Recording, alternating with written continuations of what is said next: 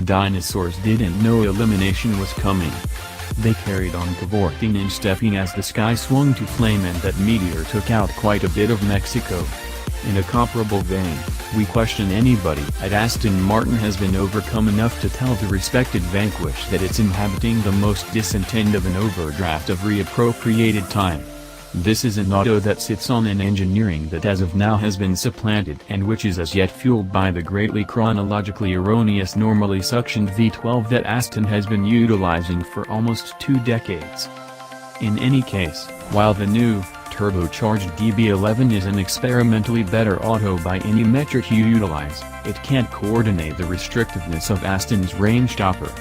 Purchasers who settle on the Vanquish should locate an additional $80,000 to get an auto with less hardware and less power than its probably junior sister DB11, which costs just $214,820. In any case, they will wind up at the zenith of Mount Aston.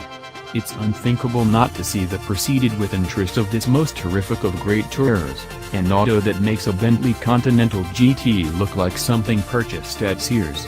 Presently, the Vanquish has been given a last trouncing in the arrangement of the S identifications that Aston saves for its definitive incarnations.